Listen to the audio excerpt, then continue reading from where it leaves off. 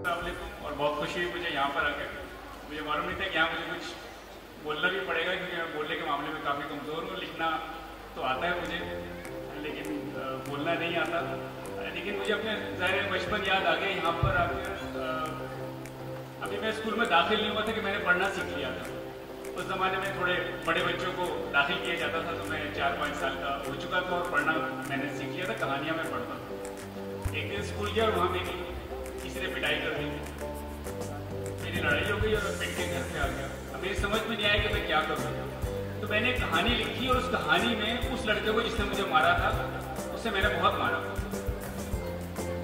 तो मुझे इस तरह कहानियाँ लिखना मैंने शुरू कर दी। मुझे मालूम हुआ कि जो मेरी इमेजिनेशन है और जो मेरी ख्वाहिशात हैं, मेरे जज्बात हैं, मुझे इस तरीके से भी मैं उन्हें बयान कर सकता हूँ और अपने आप को मुतमईन कर सकता हूँ।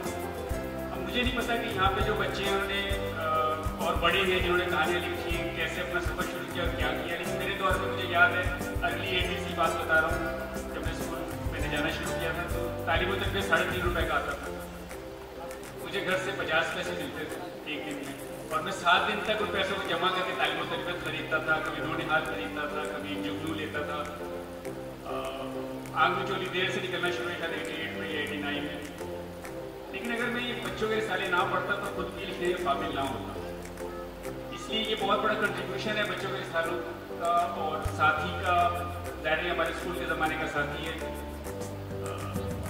मैं बहुत खुश हूँ यहाँ पर आकर, और काश ये हमारे बचपन में इस तरह की तकरीबात होती है और मुझे उनमें जाने का मौका मिलता और मैं बच्चों के लिए कुछ ज़्यादा कहानियाँ लिख पाता। मैं बहुत कम चंदे की कहानियाँ लिख सकूँ।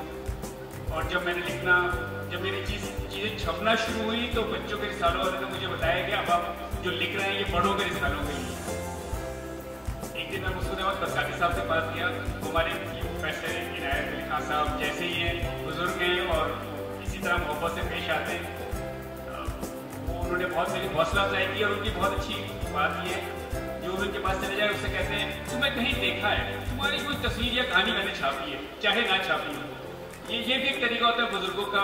तो अब मुझे भी जो बच्चे मिलते हैं तो मैं उनसे यही कहता हूँ, अरे हम कहीं मिले होंगे, कभी हमारी आपस में बात हुई होगी, इससे हमारी दोस्ती फौरन बन जाती है। तो यहाँ मुझे आके भी ऐसे ही लग रहा है। मैं आप सब लोगों को जानता हूँ, शायद आप सब लोग मुझे जानते हैं और हमारी बहुत पुरानी दोस्ती है।